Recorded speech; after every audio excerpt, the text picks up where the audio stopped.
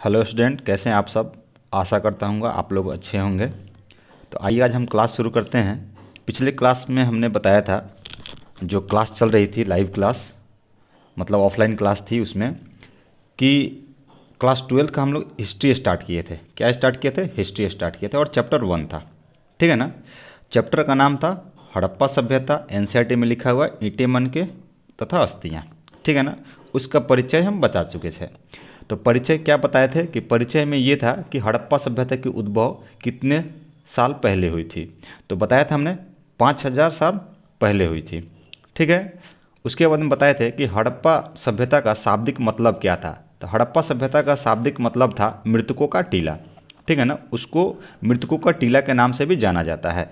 लेकिन मृतकों का टीला क्यों बोला जाता था? तो मृतकों का टीला इसलिए बोला जाता था कि वहाँ पे जब खुदाई हुई तो एक लाशों का ढेर, यानी लाशों के कंकाल जो होते हैं उसके ढेर मिले थे, ठीक है ना, जिसके कारण उसको मृतकों का टीला बोला जाता था। फिर आते थे, फिर नेक्स्ट आगे बताए थे हम आपको कि पुरातत्व का पिता किसे कहा गया था। तो पुरातत्व का पिता किसे कहा गया था? अलेक्जेंडर कनिंघम को। अलेक्जेंडर कनिंघम को क्यों कहा गया था? कि हमने बताया था कि अलेक्जेंडर कनिंघम ने ही क्या किया था कि वहाँ पे शुरुआत करवाई थी खुदाई करने की, ठीक है ना। फिर उसके बाद आगे हम बताए थे कि सिंधु सभ्यता को किस श्रेणी के अंतर्गत रखा गया था। तो सिंधु सभ्यता को आद्य ऐतिहासिक काल के अंतर्गत रखा गया था, ठीक है ना। फिर आपको ये भी बताए थे कि हड़प्पा सभ्यता की जो खुदाई थी उसमें हड़प्पा सभ्यता में जो मोहनजोदड़ो जगह था, मोहनजोदड़ो की खुदाई किसने की थी। उसके बाद में ये भी बताया था कि मोहनजोदड़ो की खुदाई कब हुई थी। तो मोहनजोदड़ो की खुदाई बताया था हमने कि 1922 में हुई थी, ठीक है ना। फिर आगे हम ये भी बता चुके थे कि सिंधु घाटी सभ्यता में विशाल स्नानागार के अवशेष कहाँ से मिले हैं। तो विशाल स्नानागार के अवशेष कहाँ से मिले थे? मोहनजोदड़ो से मिले थे, ठीक है, ये भी बता दिए थे। स्नानागार का क्या कार्य था? तो स्नानागार का कार्य मतलब उसका काम क्या था? तो स्नानागार का काम ये था कि वहाँ पे लोग जो थे वो क्या करते थे कि पूजा पाठ के समय, पूजा पाठ जब होता था तो वो उसमें नहाते थे। यानी स्नानागार का मतलब ये होता है कि जैसे हम लोग अभी अभी के डेट में बोलते हैं ना स्विमिंग पूल, तो वहीं उस समय क्या था? स्नानागार था। स्नानागार किस चीज़ का बना हुआ था? स्नानागार पकाई गई ईंटों के बना हुआ था, ठीक है ना। तो इससे आप अंदाज़ा लगा सकते हैं कि उस समय की जो सभ्यता थी कितनी विकसित थी, ठीक है। उसके बाद में वहाँ पे उस स्विमिंग पूल में, यानी उस स्नानागार में पानी भरने के लिए ये भी बताए थे हम कि बगल में क्या बनाई गई थी? कुआं बनाया गया था। क्या बनाया गया था? कुआं बनाया गया था। फिर उसमें कुआं से क्या किया जाता था? पानी निकाल के डाल दिया जाता था किसमें? स्विमिंग पूल में, यानी जो स्नानागार था। फिर उसके बाद में ये था कि आखिर अगर हम इसमें पानी डालते हैं, ठीक है ना, इस स्विमिंग पूल में अगर स्नानागार में हम अगर पानी डालते हैं तो इस पानी नहाने के बाद गंदा होगा, और गंदा होगा तो क्या किया जाएगा? निकाला जाएगा। तो निकालने के लिए क्या था? इसमें उत्तम नाली की व्यवस्था की गई थी। ये भी बताए थे हम आपको कि नालियों की व्यवस्था किस प्रकार थी। नालियाँ, छोटी नालियाँ थी और बड़ी नालियाँ थी। छोटी नालियाँ घर से निकल कर कहाँ जाती थी? सड़क पे, जो कि बड़ी नालियों में मिल जाती थी, ठीक है ना। तो इससे क्या होता था कि छोटी नालियों से पानी निकलकर बड़ी नालियों में चली जाती थी। थोड़ा तेज़ में बोल रहे हैं, ठीक है ना। आप थोड़ा सा, अगर आपको नहीं समझ में आए तो क्या करेंगे कि इस वीडियो को पॉज करके समझ लेंगे, और ये भी हम आपको बताए थे कि आप कॉल करके पूछ लेंगे, ठीक है ना, कि यहाँ पे समझ में नहीं आया फिर से समझाइए, ठीक है। फिर बताए थे कि आपको ये नालियों के बारे में बता चुके थे हम। फिर आपको हम ये भी बता चुके थे कि हड़प्पा सभ्यता का सबसे बड़ा नगर कौन था। तो हड़प्पा सभ्यता का सबसे बड़ा नगर मोहनजोदड़ो था। फिर हम आपको ये भी बता चुके थे कि हड़प्पा सभ्यता में दो ऐसी नगरें थी जिसको जुड़वा नगर बोला जाता था, जुड़वा राजधानी बोला जाता था। किसको? हड़प्पा को और किसको? मोहनजोदड़ो को। किसको? मोहनजोदड़ो को, मोहनजोदड़ो को, ठीक है ना। तो ये दोनों को क्या बोला जाता था? जुड़वा राजधानी बोला जाता था, ठीक है। फिर इसके आगे हम बढ़ते हैं। तो आगे बढ़ने के बाद फिर हम आपको ये भी बताए थे कि हड़प्पा किस नदी के किनारे थी। तो हड़प्पा किस नदी के किनारे थी? हड़प्पा रावी नदी के किनारे थी, ठीक है ना। हड़प्पा किस नदी के किनारे थी? रावी नदी के किनारे थी। फिर हम ये बताए थे आपको कि हड़प्पा, आखिर हड़प्पा का नाम क्यों पड़ा था हड़प्पा। तो हड़प्पा इसलिए नाम पड़ा था क्योंकि सर्वप्रथम क्या था कि पाकिस्तान में एक जगह है, क्या था उस जगह का नाम? क्या बताए थे हम आपको? मार्टगोमरी, ठीक है ना। क्या बताए थे? मार्टगोमरी। तो वहाँ पे, या मोंटगोमरी भी बोलते हैं, वहीं पे खुदाई हुई थी जहाँ पे हड़प्पा स्थल की पता चला था, जो कि किस नदी के किनारे था? रावी नदी के किनारे था, जिसके कारण उस जगह का नाम क्या बोलते हैं, हड़प्पा सभ्यता। उसको एक और नाम से जानते हैं, सिंधु घाटी सभ्यता के नाम से भी जानते हैं, ठीक है ना। चलिए, फिर आपको ये भी हम बता चुके थे कि हड़प्पा के लोग किस किस चीज़ का यूज करते थे। जैसे में वहाँ पे माने किस चीज़ से अपरिचित थे, ठीक है ना। तो किस चीज़ से अपरिचित थे, वो लोहा से अपरिचित थे, तांबे का प्रयोग करते थे। और तांबे में क्या चीज़ मिलाते थे जो कि कांसा बन जाता था, तांबे में टीन मिला देते थे, जिससे वो तांबा कांसा बन जाता था, ठीक है। अब देखिए कि अब तांबा कहाँ से आता था, हम आपको ये भी बताए थे कि तांबा कहाँ से मंगाते थे। तो तांबा राजस्थान के खेतरी से मंगाते थे, ठीक है ना। और कांसा का सॉरी टीन कहाँ से मंगाते थे, टीन अफगानिस्तान से मंगाते थे। तो क्या था कि इस प्रकार से पता चलता है कि हड़प्पा के लोग, यानी कि इससे पता चलता है कि हड़प्पा के लोग क्या था कि अलग अलग देशों से भी व्यापार करते थे। व्यापार किस चीज़ का करते थे, तो व्यापार वो किया करते थे किस चीज़ का, जैसे में अनाज का हो गया, औजार का हो गया, जो चीज़ वहाँ पे नहीं मिलती थी उसका क्या करते थे वो लोग, व्यापार करते थे और उसकी पूर्ति कर लेते थे, ठीक है ना। उसके बाद में हम आते हैं आगे कि आखिर वहाँ से और किस चीज़ को मंगाते थे। तो सोना कहाँ से मंगाते थे वो लोग, जैसे मैं आपको पता होगा कि वो लोग, बताया जाता है कि लोहा से परिचित नहीं थे। लेकिन लोहा से जब परिचित नहीं थे तो बाकी सामानों से तो परिचित होंगे ना, जैसे सोना से परिचित थे, चांदी से परिचित थे, तांबा से परिचित थे, शीशा से परिचित थे, सेलखंडी से परिचित थे। तो ये सभी चीज़ें मंगाई जाती थी कहाँ से, बाहर से मंगाई जाती थी, यानी कि अपने देश से बाहर से मंगाते थे, ठीक है ना। अब चलिए, फिर आपको ये भी हम बता चुके थे, नाली व्यवस्था तो हो ही गया, व्यापार हो ही गया कि व्यापार कैसे करते थे, ठीक है। फिर आते हैं कि हड़प्पा सभ्यता की आखिर पतन काहे हो गया, ठीक है ना। तो हड़प्पा सभ्यता की पतन क्यों हो गया, तो इसमें भी कुछ मतभेद है, ठीक है ना। तो मतभेद ये है कि कुछ वैज्ञानिकों का कहना, यानी कुछ इतिहासकारों का कहना है कि हड़प्पा सभ्यता की अपने समय की तो उच्च कोटि की सभ्यता थी ही, लेकिन आगे चलकर जो वहाँ पे इतनी ज़्यादा किस मतलब उपयोग हो गया वहाँ की जंगलों का, कि वहाँ पे सुखाड़ पड़ने लगा, ठीक है ना। वहाँ की जो भूमि थी, हरियाली जो भूमि थी, वो बंजर पड़ने लगे। उसमें क्या हो गया कि जैसे मैं बोलते हैं ना कि हम कि यहाँ की मिट्टी खराब हो गई है, इसको आप कटवा के मतलब हटवा दीजिए। तो उसी प्रकार उस समय तो खुदाई का ये था नहीं उतना ज़्यादा। तो वहाँ के उस समय क्या था कि जब मिट्टी में लवणता होने लगी, यानी नमकीन होने लगा मिट्टी, तो नमकीन मिट्टी में तो अनाज होगा नहीं। तो अनाज जब नहीं होगा तो क्या होगा, वहाँ पे कुछ होगा नहीं होगा। तो इसलिए क्या हुआ कि आस्ते आस्ते वो समाप्त हो गया। तो कुछ वैज्ञानिकों का, यानी कुछ इतिहासकारों का कहना है कि हड़प्पा सभ्यता जो थी, हड़प्पा सभ्यता की मिट्टी लवणता से के कारण वहाँ पे अनाज नहीं उपज पाया, जिसके कारण क्या हुआ कि उसका विनाश हो गया।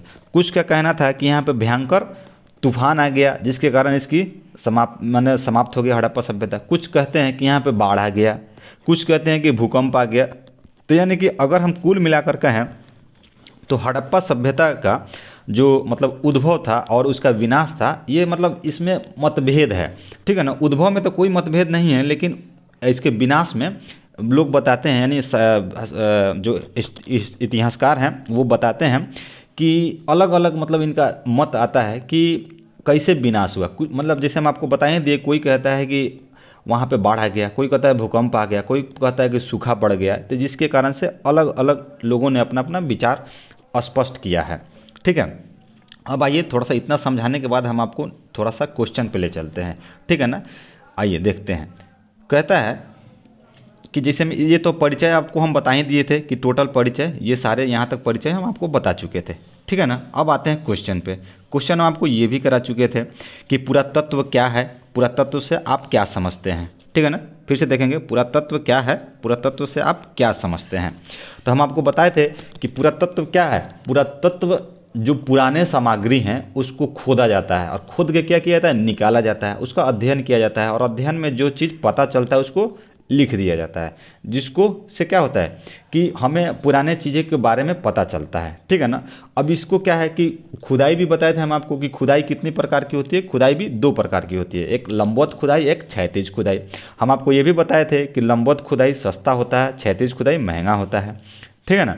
कारण क्या है कि क्षैतिज खुदाई में मेहनत लगता है, टाइम लगता है, छोटे छोटे चीज़ों को निकालने पड़ते हैं, ठीक है, जिससे क्या होता है कि क्षैतिज खुदाई महंगा हो जाता है, ठीक ठीक है। अब यहाँ पे कह रहा है कि पुरातत्व क्या है। तो पुरातत्व वह विज्ञान है जिसके माध्यम से पृथ्वी के गर्भ में छिपी हुई सामग्रियों की खुदाई कर अतीत के लोगों के भौतिक जीवन का ज्ञान प्राप्त किया जाता है, ठीक है ना। यानी जो पहले बीत चुका है, क्या है, पहले बीत चुका है, ठीक है ना, जो बीत चुका है उसके बारे में हम जानते हैं, ठीक है। इसके अंतर्गत क्या आता है कि इसके अंतर्गत सिक्का भी आ सकता है, ठीक है ना, अभिलेख भी आ सकता है, स्मारक भी आ सकता है, ठीक है ना। यानी हम अगर खुदाई करेंगे तो मान लीजिए कि आज से 200, 400, 500, 1000 साल पहले क्या चीज़ उपयोग होता था, वो तो हमको आज के डेट में पता नहीं ना चलेगा। तो आज के डेट में पता करने के लिए क्या होगा कि वो चीज़ अगर खुदाई करते हैं, इतिहासकार खुदाई करते हैं, पुरातात्विद अगर उसका खुदाई करते हैं, तो ये पता चलता है कि आखिर ये साल, मतलब ये चीज़ें कितने साल पुरानी हैं। हम आपको ये भी बताए थे कि आखिर पुरानी चीज़ों को पता करने के लिए कैसे पता किया जाता है। कार्बन 14 विधि का हम उपयोग बताए थे कि कार्बन 14 विधि कैसे उपयोग किया जाता है। आगे अगर नहीं समझे होंगे तो आगे हम नीचे लिखे हुए हैं कि कार्बन 14 विधि क्या होता है। कार्बन 14 विधि उसको बोलते हैं जिसे में कोई सामग्री है, ठीक है ना, कार्बन 12 हो गया या कार्बन 14 हो गया, ठीक है ना। तो इसमें क्या होता है कि ये दोनों चीज़ में कार्बन 14 या कार्बन 12, ठीक है ना, कार्बन 12 या कार्बन 14, ठीक है ना। इसमें क्या है कि अगर जीवित रहेगा तो दोनों में समान मात्रा पाया जाएगा, यानी समान कार्बन रहेगा। अगर मर जाएगा तो मरने के बाद क्या होगा कि कार्बन जो 12 है ना, इसमें बरकरार रहेगा, लेकिन कार्बन 14 जो है, कार्बन 14 जो है इसका विनाश होने लगेगा, यानी समाप्त होने लगेगा। और समाप्त होने के कगार पर जब अध्ययन किया जाता है तो पता चलता है कि आखिर ये सामान कितना साल पुराना है, यानी जितना कार्बन समाप्त हो चुका होगा उससे यह पता चलता है कि ये वस्तु कितना साल पुराना है। यानी कार्बन 14 की मात्रा जितना कम होगी उससे उस डेट के निर्धारण उतना ज़्यादा आसान होगा, ठीक है ना, निकालने में। अब आते हैं कि पुरातत्व उत्खनन कब शुरू हुआ, संक्षिप्त में टिप्पणी लिखें, ठीक है ना। अब देखिए पुरातत्व उत्खनन कब शुरू हुआ, संक्षिप्त में टिप्पणी लिखे। तो ये भी हम आपको क्वेश्चन लिखा चुके थे, इस पे भी क्वेश्चन है, ये दे दिए हैं, ठीक है ना। पीडीएफ हम आपको टेलीग्राम पे भेज देंगे। आप इसको अगर जैसे में इस तरह का अगर लिखने में आपको परेशानी हो तो पीडीएफ आप डायरेक्ट प्रिंट आउट करा सकते हैं या पीडीएफ से आप नोट डाउन कर सकते हैं कॉपी में, ठीक है ना। अब देखिए यहाँ पे कहता है क्वेश्चन कि पुरातात्विक उत्खनन कब शुरू हुआ, संक्षिप्त में टिप्पणी लिखे, ठीक है ना। ये क्वेश्चन कई बार पूछ चुका है। तो यहाँ पे देखते हैं सबसे पहले क्या कर रहा है कि इसकी जानकारी सबसे पहले कब पड़ी थी, 1784 में पड़ी थी। किसने इसकी जानकारी दी थी, विलियम जोन्स ने, ठीक है ना। अब देखिए विलियम जोन्स ने क्या किया था कि जब जानकारी पड़ी तो 1784 में एक एशियाटिक सोसाइटी की स्थापना की गई थी। किस चीज़ की, एशियाटिक सोसाइटी की स्थापना की गई। यहीं से क्या हुआ था कि भारत में जो इतिहास की जो चीज़ें थी जानकारी के लिए शुरू हुआ। यानी कि एशियाटिक 1784 में विलियम जोन्स के द्वारा क्या किया गया था, एशियाटिक सोसाइटी की स्थापना की गई थी, ठीक है ना। और यहीं से क्या हुआ कि भारत के इतिहास जानने के लिए मतलब लोगों में, माने उन इतिहासकारों में उत्साह जागृत हुई, ठीक है। अब क्या हुआ, उसके बाद में एशियाटिक सोसाइटी की स्थापना हो गई 1784 में। उसके बाद में क्या हुआ कि 1861 ईस्वी में, ठीक है ना, क्या 1861 ईस्वी में भारत में पुरातत्व विज्ञान माने पुरातत्व विभाग की स्थापना हुई। पुरातत्व विभाग क्या है कि यानी पुराने चीज़ों को खोजने की, ठीक है ना। उसको कब स्थापना हुई, 1861 में स्थापना हुई। किस चीज़ की स्थापना हुई, पुरातत्व विभाग की स्थापना हुई। कब हुई, 1861 में हुई। उसके बाद में 1784 में क्या हुआ था, एशियाटिक सोसाइटी की स्थापना हुई थी, ठीक है।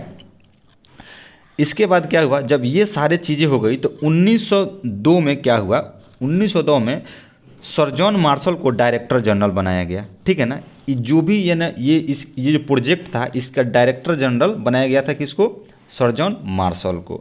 अब सर जॉन मार्शल को तो भारत के बारे में उतना ज़्यादा पता नहीं था, तो इसलिए क्या हुआ कि इन्होंने, भारतीय पुरातत्वविद थे एक दयाराम साहनी जी, क्या थे, राय बहादुर दयाराम साहनी जी।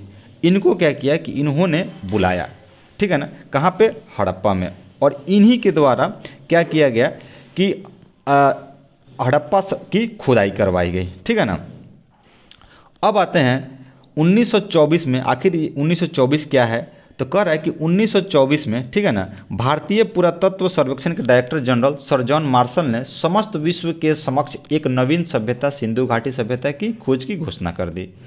अब देखिए कि 1922 में तो क्या पता चला हमको, सिंधु घाटी सभ्यता के बारे में, ठीक है ना, सॉरी सिंधु घाटी सभ्यता कह रहे हैं कि इसका 1922 में किसका पता चला था हमें, मोहनजोदड़ो को, ठीक है ना। अब मोहनजोदड़ो का जब पता चला और 1921 में हड़प्पा सभ्यता का, तो आगे क्या किया कि 1924 में, 1921 1922 में दो सभ्यताएं हमें मिल चुकी थी, कौन कौन सी, हड़प्पा और मोहनजोदड़ो। और 1924 में क्या हुआ, 1924 में उस समय डायरेक्टर जनरल कौन थे, उस समय director general sir John Marshall थे, ठीक है ना। उन्होंने क्या किया कि पूरे विश्व में ये घोषणा की कि हमें सिंधु घाटी सभ्यता की खोज की है, ठीक है ना। अब इससे लोगों को पता चला कि हाँ भाई कि एक सिंधु घाटी सभ्यता है, माने एक पुरानी सभ्यता है। लेकिन इससे पहले हम आपको ये भी बता दिए थे कि सिंधु घाटी सभ्यता के साथ साथ और कितनी पर भी सभ्यता थी, ये हम आपको पहले बता चुके थे, ठीक है ना। तो लेकिन इसमें बताया गया, इस बुक में बताया गया कि सिंधु घाटी सभ्यता को 4 सभ्यताओं से कंपेयर किया जाता है, यानी 4 सभ्यता ऐसे थी जिससे इसकी तुलना की जाती है। लेकिन ऐसे में सभ्यताएं कितनी थी, बहुत सारी सभ्यताएं थी। ऐसे 8 सभ्यताएं बताए थे हम आपको। एक तो हड़प्पा सभ्यता हो ही गया, मिस्र की सभ्यता थी, मेसोपोटामिया की सभ्यता थी, सुमेरियन सभ्यता थी, चीन की सभ्यता थी, यूनान की सभ्यता थी, रोम की सभ्यता थी, ये बहुत सारे सभ्यताएं थी, ठीक है। तो चलिए ये हो गया, यानी टोटली देखें तो हम आपको ये चैप्टर को समझा चुके हैं। फिर थोड़ा सा इसमें और पॉइंट बचता है, वो क्वेश्चन के माध्यम से हम आपको समझाते हैं, ठीक है ना। फिर आता है कि हड़प्पा सभ्यता के लोग व्यापार करते थे, तो नापने जोखने के लिए आखिर उसका उपयोग करते होंगे, तो नापने जोखने के लिए वो लोग किस चीज़ का उपयोग करते थे, बाट का उपयोग करते थे, यानी बट जो आज के डेट में हम किलो बटखारा बोलते हैं, ठीक है ना, वो क्या करते थे, बाट का उपयोग करते थे। उसके बाद में इसके अलावा मान लीजिए कि सामान, उस समय तो पैसा था नहीं, तो पैसा जब नहीं था तो सामान कैसे खरीदते थे, तो सामान वो लोग खरीदते थे वस्तु विनिमय के द्वारा। यानी कि अगर किसी के पास धान है, ठीक है ना, किसी के पास धान है, अगला व्यक्ति को अगर गेहूं चाहिए, अगर इसके पास धान है और गेहूं चाहिए, क्या चाहिए, गेहूं चाहिए, तो गेहूं को वाला को भी अगर धान चाहिए तो दोनों अदला बदली कर लेते थे। कारण ये था कि उस समय पैसा नहीं था, ठीक है ना, जिसके वजह से ये वस्तु विनिमय प्रणाली के द्वारा सामान अदला बदली करते थे। उसके बाद में आता है कि हड़प्पा में क्या क्या चीज़ और प्राप्त हुई है, तो आपको ये भी बताए थे हम कि हड़प्पा में मोहरें प्राप्त हुई है जो सेलखंडी की बनी हुई थी। और मोहरों पे ये भी पता चलता है कि वो लोग कहाँ कहाँ से व्यापार करते थे, क्योंकि अलग अलग जगहों की मोहरें प्राप्त हुई हैं, ठीक है ना। जैसे मेसोपोटामिया की मोहरें प्राप्त हुई हैं, इस सब जगहों की मोहरें प्राप्त हुई हैं, ठीक है। उसके बाद में हम आपको ये भी बताए थे कि वो लोग विज्ञान से मतलब परिचित थे। अगर विज्ञान से परिचित नहीं होते तो फिर नाला कैसे बनाते, ठीक है ना। एक सुंदर, अगर स्मार्ट सिटी बनाना है तो आपको क्या होगा, आपके दिमाग में इंजीनियरिंग वाला भाव उत्पन्न होना चाहिए, ठीक है ना। क्या होना चाहिए, इंजीनियरिंग वाला भाव उत्पन्न होना चाहिए। तो उस समय अगर इंजीनियरिंग वाला भाव उनके मन में उत्पन्न नहीं था, अगर विज्ञान से परिचित नहीं थे, तो इतना सुंदर हड़प्पा को कैसे बसा दिए वो लोग, ठीक है। एक घर में, क्या हम बताए थे अब आपको कि एक घर में सुख सुविधा की सारी मतलब व्यवस्थाएं होनी चाहिए, ठीक है ना।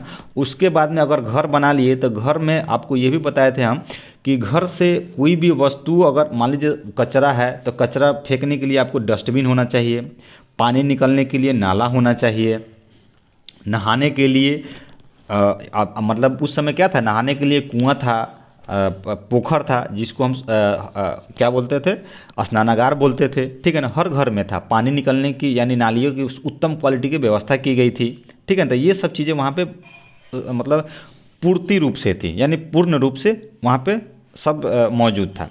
फिर हम आपको ये थोड़ा सा आपको नहीं बताया था, ये जान लेंगे कि हड़प्पा की जो लिपि थी ना, लिपि क्या थी, लिपि, हड़प्पा की लिपि अभी तक पढ़ी नहीं जा सकी है, ठीक है ना। कारण क्या है कि हड़प्पा की लिपि चित्र द्वारा उसको बनाया गया है, यानी चित्रात्मक थी। तो चित्रात्मक थी तो उस समय के लोग चित्र किस प्रकार के बनाते थे, ये अभी तक पढ़ा नहीं जा सका है, ठीक है। तो पढ़ा नहीं जा सका है, इसके लिए क्या है कि अभी वैज्ञानिक पढ़ने में लगे हुए हैं। जब पढ़ लेंगे तो उसको क्या करेंगे, लॉन्च कर देंगे, यानी कि प्रकाशित कर देंगे, तो उससे पता चल जाएगा कि उस समय के लोग क्या सोचते थे, ठीक है। उसके बाद में वो लोग धातु से भी परिचित थे। धातु में आपको बता ही दिए थे कि क्या क्या चीज़ धातु से परिचित है, ठीक है ना। तांबा था, कांसा था, चांदी था, लोहा से नहीं था, सॉरी लोहा नहीं था, ठीक है ना, लोहा से परिचित नहीं थे। उसके बाद में वाहन में किस चीज़ से परिचित थे, तो बैलगाड़ी से परिचित थे, ठीक है ना। कारण क्या है कि वहाँ से एक बैलगाड़ी के खिलौना मिला है, जिसे पता चलता है कि वहाँ के लोग सामान अपना इधर से उधर ढोने के लिए बैलगाड़ी से उपयोग करते थे, ठीक है ना। लेकिन अधिकतर मतलब उनका जो सामान था वो नदियों द्वारा, नहरों द्वारा किया जाता था। कारण क्या था कि नदी और नहर द्वारा सस्ता पड़ता था, ठीक है। तो ये सब चीज़ें थी। फिर मैं आपको नगर नियोजन के बारे में बता चुके कि नगर नियोजन किस प्रकार थी, ठीक है। तो ये सब सारी चीज़ें हो चुकी थी। आइए थोड़ा क्वेश्चन पे चलते हैं आप, ठीक है ना। फिर अगले क्लास में देखेंगे, अगर मान लीजिए जिनको प्रॉब्लम होगा वो पूछेंगे, क्योंकि इस तरह मतलब आपको दिक्कत नहीं होना चाहिए, लेकिन अगर दिक्कत होगा तो हम आपको बताए थे कि कॉल करके आप पूछ सकते हैं, ठीक है ना। जो भी क्वेश्चन छूटेगा यहाँ पे सॉरी, जो हम आपको मतलब बोल नहीं पाएंगे वो क्वेश्चन द्वारा आपको यहाँ पे बता दिया गया है, ठीक है। तो आप इसको क्वेश्चन को हूबहू क्या करेंगे, पढ़ेंगे, देखेंगे, अगर नहीं समझ में आए फिर फ़ोन करके हमसे पूछेंगे, ठीक है। चलिए यहाँ पे हम आपको क्या बताए थे, पुरातत्व उत्खनन कब शुरू हुआ और संक्षिप्त में टिप्पणी लिखे, यानी पुरातात्विक उत्खनन कब शुरू हुआ, संक्षिप्त में टिप्पणी लिखे, ठीक है ना। ये क्वेश्चन हो गया था, ठीक है। फर्स्ट क्वेश्चन भी हो गया था। आइए थर्ड क्वेश्चन पे चलते हैं। थर्ड क्वेश्चन कह रहा है कि हड़प्पा सभ्यता की खोज कैसे शुरू हुई, संक्षिप्त में विवरण दे। ये भी बता चुके हैं कि हड़प्पा सभ्यता की खोज कैसे शुरू हुई थी, ठीक है ना। तो कैसे शुरू हुई थी, बताए थे कि 1856 ईस्वी में एक रेलवे लाइन बिछाई जा रही थी, कहाँ से कहाँ तक, कराची से लाहौर तक, ठीक है ना। वहाँ पे क्या हुआ कि कुछ ईंटें मिले थे, और ईंटें मिलने के मतलब वो जो रेलवे लाइन बिछा रहे थे वो दो लोग थे, उनका नाम था जॉन ब्रांटन एवं विलियम ब्रांटन, ठीक है ना। दो लोग थे, जॉन ब्रांटन और विलियम ब्रांटन, ठीक है ना। ये दोनों अंग्रेज क्या थे, भाई थे। अब ये देखिए कि इनको ये पता नहीं था, ये तो इंजीनियर थे, इनको ये पता नहीं चला कि आखिर ये ईंटा आखिर मिला है तो यहाँ पे कोई सभ्यता होगी, लेकिन उनको इसके बारे में कोई जानकारी उतना नहीं थे। लेकिन लास्ट में क्या हुआ कि राय बहादुर दयाराम साहनी द्वारा 1921 में पाकिस्तान का जो पंजाब प्रांत था, ठीक है ना, जो रावी नदी के किनारे स्थित है, वहाँ पे इसकी खुदाई की गई और खुदाई में इसका पता चला, ठीक है। फिर 1922 में उसी समय समकालीन जिसको माना जाता है मोहनजोदड़ो की भी खुदाई की गई, ठीक है ना, और उसका भी पता उसी समय चला। तो ये हो गया आपका तीसरा क्वेश्चन, ठीक है ना। आते हैं नेक्स्ट क्वेश्चन पे। हड़प्पा सभ्यता के विस्तार के ऊपर चर्चा करें और इसके काल का निर्धारण करें, ठीक है ना।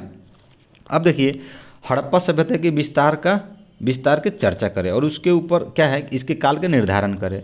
तो हड़प्पा सभ्यता क्या था, हड़प्पा सभ्यता त्रिभुजाकार था। क्या था, त्रिभुजाकार, इस प्रकार की सभ्यता थी, ठीक है ना। बहुत कोई इसको चतुर्भुज भी बोलते हैं, सॉरी थोड़ा सा ये गड़बड़ हो गया, इस प्रकार की थी, ठीक है ना, इस प्रकार की थी। तो ये त्रिभुजाकार प्रकार की थी हड़प्पा सभ्यता, ठीक है ना। इसकी जो पूरा क्षेत्रफल था 12,99,600 वर्ग किलोमीटर में क्या था, फैला हुआ था। 12,99,600 वर्ग किलोमीटर में क्या था, फैला था, ठीक है। उसके बाद में ये कहाँ से कहाँ तक फैली हुई थी, ये उत्तर से लेकर दक्षिण में नर्मदा नदी के तट तक एवं पश्चिम से लेकर उत्तर पूर्व में मेरठ तक फैली हुई थी, ठीक है ना। फिर कह रहा है कि ये जो सभ्यता थी मिस्र की सभ्यता से 20 गुना तथा मेसोपोटामिया की सभ्यता से 12 गुना बड़ा थी, ठीक है ना। फिर कह रहा है कि इतिहासकार अपना अपना मत देते हैं इसके उद्भव के लिए, ठीक है ना। अब इसमें कुछ लोग हैं सर जॉन मार्शल द्वारा इसका काल बताया जाता है 3250 से 2700 ईसा पूर्व। लेकिन और भी कुछ हैं, जैसे में माधव स्वरूप वत्स जो हैं, इनके द्वारा बताया जाता है कि इसका काल जो हड़प्पा सभ्यता का काल था 2700 ईसा पूर्व से 2500 ईसा पूर्व तक था, ठीक है। हम आपको बुक भी बता चुके हैं, आप बुक में भी इसको पढ़ सकते हैं, ठीक है ना। तो ये सब चीज़ें थी। तो अलग अलग वैज्ञानिकों यानी इतिहासकारों का अपना अपना मत रहा है, तो इसके लिए घबराने की कोई बात नहीं है। क्वेश्चन लेकिन ये आप देखेंगे क्वेश्चन यहाँ से पूछा जाता है, ठीक है। चलिए आगे चलते हैं। आगे बता रहा है कार्बन 14 विधि क्या है। तो कार्बन 14 विधि क्या है, ठीक है, कार्बन 14 विधि क्या है। तो कार्बन 14 विधि यानी हम आपको ये भी बताए थे, तो शुरुआत में आपको बताए थे कि कार्बन 14 विधि क्या है, ठीक है ना। नहीं समझ में आए फिर से हम अभी बताते हैं कि कार्बन 14 विधि आखिर है क्या, ठीक है।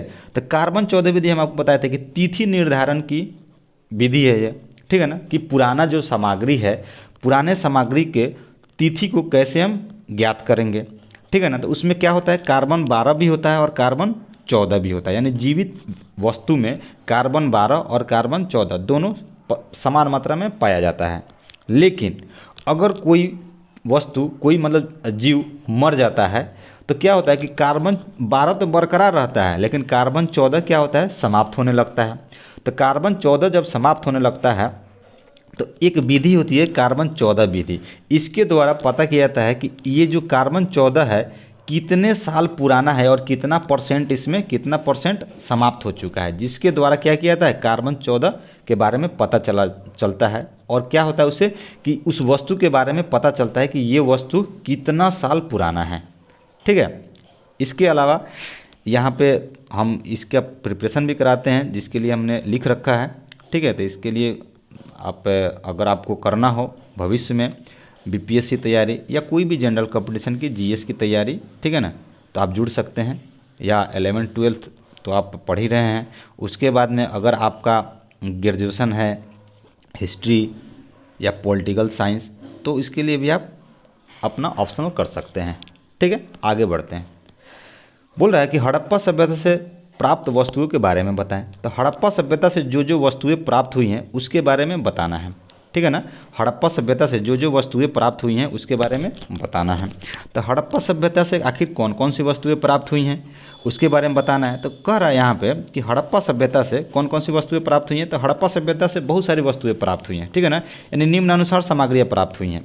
जैसे में मोहनजोदड़ो से क्या प्राप्त हुआ है, तो मोहनजोदड़ो से यानी जिसको हम क्या बोलते हैं, मृतकों का टीला भी बोलते हैं। ठीक है ना। तो मोहनजोदड़ो से मुहरें प्राप्त हुई हैं। मोम के सांचे, यानी ईंटा बनाने का सांचा आपने देखा होगा, उसी प्रकार मोम के सांचे थे। कांस्य की नर्तकी थी। सूती के कपड़े के अवशेष भी मिले हैं। गाड़ी के पहिया भी मिला है। ठीक है ना। ये सब सारी चीज़ें मिले हैं। उसके बाद में तराजू मिला है। ठीक है ना। उसके बाद में क्या है कि पशुपति की मुद्रा आदि प्राप्त हुई हैं। ये हो गया। दूसरा में क्या प्राप्त हुआ है हड़प्पा से, ये तो मोहनजोदड़ो से प्राप्त वस्तुएं हैं। हड़प्पा से प्राप्त वस्तुएं क्या हैं, यहाँ से स्त्री की मूर्ति प्राप्त हुई है। ठीक है ना, जिसके गर्भ से एक पौधा निकला हुआ दिखाया गया है। फिर क्या है, ठोस पहिए वाली गाड़ी मिली है। फिर लकड़ी का हॉल मिला है। तांबे की मोहरें मिले हैं। जौ और गेहूं के, यहाँ पे जौ होगा, जौ और गेहूं के भूसी मिला है। मोटर व तिल की खेती के प्रमाण भी मिले हैं। ठीक है ना। और चित्र वाली क्या मिला है, मुद्रा मिला है, यानी पैसा मिला है। ठीक है। फिर आगे चलते हैं। आगे क्या है, चंदहुदड़ो। चंदहुदड़ो से क्या क्या मिला है, तो चंदहुदड़ो से यहाँ से मनके बनाने के कारखाना मिला है। ठीक है ना। मनके बनाने के यानी मनके यानी कि हांडी वगैरह बनाने के कारखाने मिले हैं। फिर क्या मिला है, अलंकृत हाथी मिला है। फिर लिपस्टिक के साक्ष्य भी मिले हैं। तराजू भी मिला है और बैलगाड़ी के साक्ष्य भी मिला है। ठीक है। फिर आते हैं लोथल पे। लोथल से आखिर क्या क्या चीज़ें मिला है, तो यहाँ से फारस की मोहरें मिली हैं, जिससे पता चलता है कि विदेशों से व्यापार होता है। धान एवं बाजरे की खेती के प्रमाण भी मिले हैं। आटा पीसने वाली चक्की भी मिला है। ठीक है ना। उसके बाद में कुत्ते की मूर्ति मिली है। बकरी की हड्डियाँ मिले हैं। ये सब चीज़ को प्रमाण मिले हैं। ठीक है ना। अब फिर बात आता है कि आटा चक्की फिर वहाँ पे कैसे चलता होगा, तो आटा चक्की उस समय पानी के वेग से, यानी पानी के जो पानी बहता है नदी में उसके फोर्स से अगर इसको धक्का देगा, टरबाइन टाइप का उस समय बनाया जाता था, तो क्या होगा, ये घूर्णन करेगी यानी नाचेगी। ठीक है ना। जिससे क्या होगा, आटा पिसती थी। ठीक है ना। अब आते हैं कालीबंगा पे। कालीबंगा क्या कह रहा है कि कालीबंगन, ठीक है ना, यहाँ से क्या प्राप्त हुआ है, तो यहाँ से अग्निकुंड प्राप्त हुआ है। ठीक है ना। बेलनकार मोहरें भी प्राप्त हुई हैं। तांबे के बैल की मूर्ति प्राप्त हुई है। ठीक है ना। और नक्काशीदार ईंट भी प्राप्त हुआ है। नक्काशीदार यानी डिजाइनदार ईंटा प्राप्त हुआ है। ठीक है ना। और जोते हुए खेत के साक्ष्य भी मिले हैं, यानी खेत को जोता जाता था उसके प्रमाण भी मिले हैं। ठीक है। फिर आते हैं बनवाली पे। बनवाली के बारे में क्या कहता है कि यहाँ से गोलाकार अंगूठियाँ मिली हैं। क्या मिली है, गोलाकार अंगूठी यानी कि रिंग मिला है। ठीक है ना। फिर कह रहा है कि नाक एवं कान की बालियाँ मिली हैं। फिर मछली पकड़ने का कांटा भी मिला है। मिट्टी की खिलौने भी मिले हैं आदि, ये सब सारी चीज़ें मिले हैं। ठीक है ना। चलिए, ऑफलाइन क्लास में ये सब हम लिखा चुके थे, लेकिन जो नहीं लिखे हैं वो क्या करेंगे, इसको लिख लेंगे। चलिए फिर आते हैं छठा नंबर क्वेश्चन पे। छठा नंबर क्वेश्चन कहता है कि हड़प्पा सभ्यता एवं भारतीय पुरातत्व सर्वेक्षण के डायरेक्टर जनरल के बारे में बताएं। ठीक है ना। कि जो हड़प्पा के उत्खनन किए थे उनके डायरेक्टर जनरल के बारे में अब कौन कौन लोग थे उनके बारे में बताना है। तो कौन कौन लोग थे, एक तो ए कनिंघम थे। दूसरा जॉन मार्शल थे, ठीक है ना। तो ए कनिंघम के बारे में बताना है। तो ए कनिंघम के बारे में बताया जाता है कि भारतीय पुरातत्व सर्वेक्षण विभाग के ये प्रथम डायरेक्टर थे। कौन थे? ए कनिंघम भारतीय पुरातत्व सर्वेक्षण विभाग जो था, यानी कि जो संस्था थी, इसके प्रथम डायरेक्टर जनरल बनाए गए थे इनको, ठीक है ना।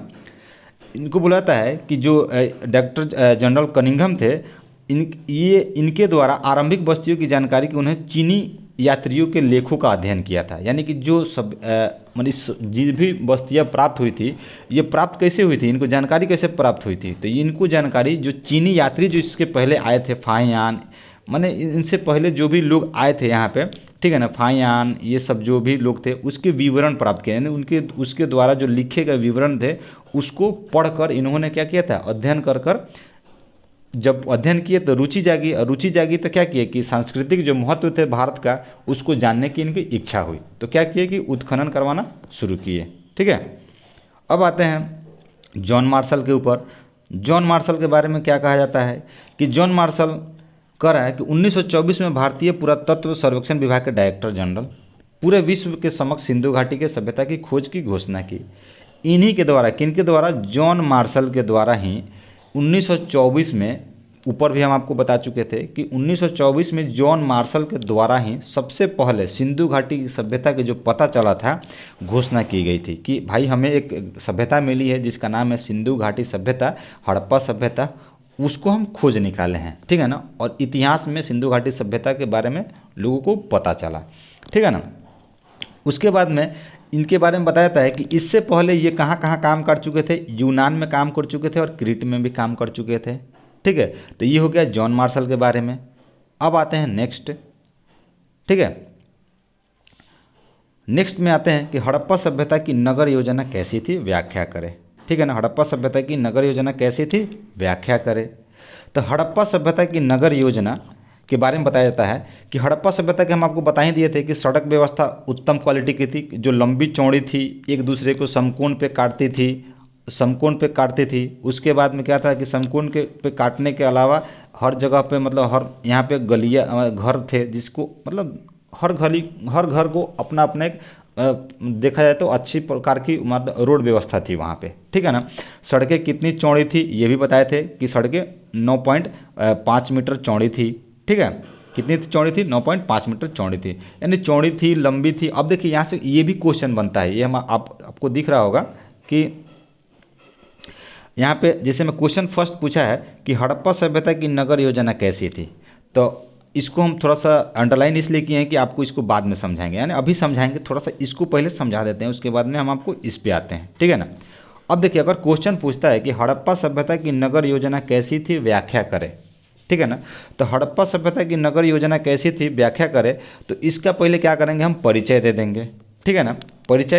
परिचय में यहाँ पे लिखा हुआ है जो आप क्या करेंगे, एग्जाम में लिखेंगे। अब परिचय में क्या है कि कह रहा है कि हड़प्पा संस्कृति की सर्व प्रमुख विशेषता इसकी नगर योजना थी। क्या थी? नगर योजना थी।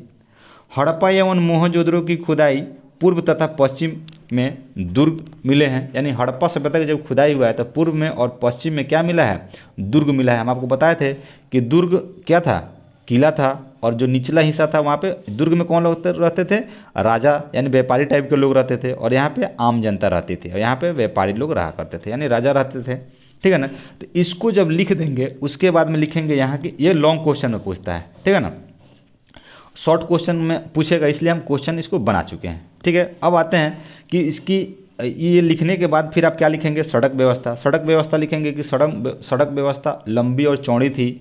सड़क के किनारे क्या था कि मैंने इसमें जो भी लिखा हुआ है वो आप बताएंगे ज़रूर, ठीक है ना। इससे आपको क्या होगा, नंबर ज़्यादा मिलेगा, ठीक है।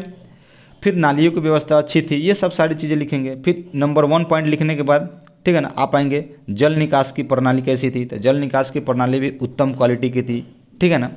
फिर इसके बाद क्या करेंगे, स्नानागार के बारे में लिखेंगे। क्या लिखेंगे? स्नानागार के बारे में लिखेंगे। बताए थे कि स्नानागार क्या था, ठीक है ना। उसके बाद में आते हैं अन्नागार के ऊपर। तो अन्नागार के ऊपर जब क्वेश्चन आएगा, सॉरी अन्नागार के बारे में, अभी तो हम ऊपर वाला क्वेश्चन ही बता रहे हैं हम आपको, ठीक है। अन्नागार पे आएंगे आप तो अन्नागार के बारे में लिखेंगे, ठीक है ना। उसके बाद में आते हैं नीचे ईंटें किस प्रकार की थी, तो ईंटें के बारे में लिखेंगे कि ईंटें बताए हैं आपको कि सुंदर सुंदर ईंटें थी, चौड़ी ईंटें थी, ठीक है ना। तो ये सब सारी चीज़ें हैं, ठीक है, तो ये लिखेंगे आप। उसके बाद में अब आते हैं फिर टॉपिक पे। तो ये तो लॉन्ग क्वेश्चन का वो हो गया। अब आते हैं इसमें और भी क्वेश्चन डाले हुआ है। तो और भी क्वेश्चन जब डाला हुआ है तो इस क्वेश्चन से आखिर बनता क्या है इसको जानते हैं। आइए, कह रहा है कि हड़प्पा सभ्यता की सड़क योजना कैसी थी, संक्षिप्त में बताएं, ठीक है ना। ऊपर क्वेश्चन क्या था, ऊपर क्वेश्चन था कि हड़प्पा सभ्यता की नगर योजना कैसी थी, व्याख्या करें। यानी कि सड़कें अच्छी थी, नहाने धोने के लिए वहाँ पे क्या था, स्नानागार बनाए गए थे, कुआं था, उसके बाद में सड़कें अच्छी थी, उसके बाद में और भी जो वहाँ पे व्यापार होता था, ये सब सारी चीज़ें लिख देना है, ठीक है ना। नालियों की व्यवस्था थी, ये सब सारी चीज़ लिख देंगे। उसके बाद में अब आता है बात यहाँ पे कि हड़प्पा सभ्यता की जो सड़क योजना थी कैसी थी, इसको संक्षिप्त में बताएं। यानी इसको शॉर्ट क्वेश्चन में पूछता है, ठीक है ना। देखिए हर जगह से क्वेश्चन निकलता है। अब यहाँ पे कह रहा है कि हड़प्पा सभ्यता की सड़क योजना कैसी थी, संक्षिप्त में बताएं। तो हड़प्पा सभ्यता की जो सड़कें थी, एक तो क्या थी, वो कच्ची थी, ठीक है ना। क्या थी, समतल और कच्ची थी, और साथ में चौड़ी भी थी, ठीक है ना। यह मुख्य इसकी यहाँ की जो मुख्य सड़कें थी, इसकी चौड़ाई कितनी थी, 9.15 मीटर चौड़ी थी, ठीक है ना, जिसको पुरातत्वविदों ने क्या कहा है, राजपथ कहा है। फिर है उसके बाद में बताता है कि यह जो सड़कें थी जाल पद्धति पर आधारित थी, ठीक है ना। जाल पद्धति हम आपको पता है कि क्या थी, ऐसे बनी हुई थी, और मतलब जैसे चौराहे, यहाँ से एक रोड निकल गया, फिर इसके आगे से रोड निकल गया, और यहाँ पे चौराहे का निर्माण हो रहा है, ठीक है ना। तो सेम वैसे ही थे, जाल पद्धति पे आधारित थी, ठीक है ना। उसके बाद में कह रहा है कि ये जो इस सड़कें थी क्या थी, किसी चीज़ की बनी हुई थी, मिट्टी की बनी हुई थी, लेकिन इसकी साफ सफाई की पूरी व्यवस्था की गई थी। आज के डेट में आप देखेंगे रोडों पे झाड़ू लगता है, उस समय भी रोड पे भी झाड़ू लगती थी, और जो गलियाँ थी क्या थी, खुली थी और चौड़ी थी, ठीक है ना। तो इससे पता लगा सकते हैं कि उस समय आज से 5000 साल पहले की सभ्यता में कितनी ज़्यादा, मतलब आज के मॉडर्न युग, आज का जो युग है, इस तरह की वहाँ पे चीज़ें देखने को मिलती है। चलिए आगे आते हैं। हड़प्पा सभ्यता की जल निकास प्रणाली का वर्णन करें, ठीक है ना, जल निकास प्रणाली का वर्णन करें। अब हड़प्पा सभ्यता की जो जल निकास प्रणाली थी कैसी थी, तो हड़प्पा सभ्यता की जो जल निकास प्रणाली थी उत्तम क्वालिटी की थी। क्या थी, उत्तम क्वालिटी की थी। यहाँ से आंसर शुरू होता है, जो यहाँ पे ये दिया हुआ है डैश, यहाँ से क्या होता है, आंसर शुरू होता है, ठीक है। कह रहा है कि सिंधु घाटी जो सभ्यता थी, ये क्या थी, इसकी जो भवन निर्माण की योजना थी बड़ी सुनियोजित ढंग से बसाया गया था, ना कोई बड़ा था ना कोई छोटा था, ठीक है ना। मैंने इसको सुनिश्चित ढंग से, आज के डेट में आप देखेंगे तो अगर कोई व्यक्ति क्या करता है कि ये घर बनाता है, नींव डाला, तो अगला व्यक्ति सोचेगा कि हम इसे इतना ऊपर करें, फिर अगला सोचेगा कि हम इसे ऊपर करें। अब इससे बताइए, सड़क कभी प्लेन जाएगा, सड़क क्या होगा, ऐसे जाएगा। आज के ठेकेदार को भी आप समझते हैं, वो चाहेगा कि हम इसको तोड़े नहीं, फोड़े नहीं, ठीक है, वो भी क्या करेगा, चलो जैसे बनाना है वैसे बना देते हैं। तो सड़क को ऐसे प्लेन होने के बजाय क्या हो जाएगा, सड़क ऐसे होने लगेगा, ठीक है। चलिए आगे आते हैं, क्वेश्चन पे आते हैं। क्वेश्चन कह रहा है कि हड़प्पा सभ्यता की जल निकास प्रणाली कैसी थी। तो हड़प्पा सभ्यता की जो जल निकास की प्रणाली थी वो उत्तम क्वालिटी की थी, ठीक है ना। उत्तम क्वालिटी का मतलब कि छोटी नालियों से बड़ी नालियों में पानी जाया करता था, घर में पानी नहीं रुकता था, और क्या किया जाता था कि जो नालियों को सफाई करने के लिए नाली को साफ़ किया जाता था। ऐसा नहीं कि पानी गिरा दिया। आज के डेट में देखेंगे कि अगर दुकान के सामने नाला है तो झाड़ू मार के क्या करेंगे, वहाँ पे गिरा देंगे, तो उससे क्या होगा, नाला साफ़ होगा कि नाला और मतलब गंदा हो जाएगा। लेकिन उस समय क्या थे कि नालियों को साफ़ किया जाता था, और नालियों जैसे नालियाँ थी तो इस पर पत्थर के प्लेट डाले जाते थे, ढका जाता था, और यहाँ पे मुहाने भी छोड़े जाते थे कि इस प्लेट को उठाकर साफ़ किया जा सके, ठीक है ना। इस प्रकार की नालियों की व्यवस्था थी वहाँ पे। चलिए अब आते हैं नेक्स्ट पे।